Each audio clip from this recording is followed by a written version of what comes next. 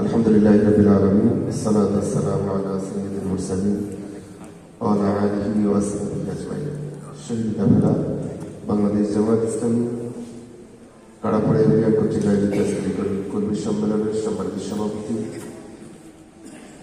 প্রধান অতিথি, বিশেষ অতিথি, অনেক অতিথিদের অ্যাড্রেস করবো না জন্য সময় সংক্ষেপ।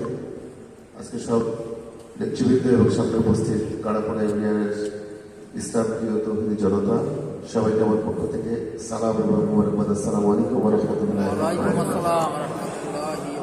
আল্লাহ শুকরিয়া, কাড়াপাড়া ইউনিয়ন জামাতের চমৎকার একটি কর্মী সম্মেলন অনুষ্ঠিত হচ্ছে, এজন্য আমার খুবই ভালো লাগছে।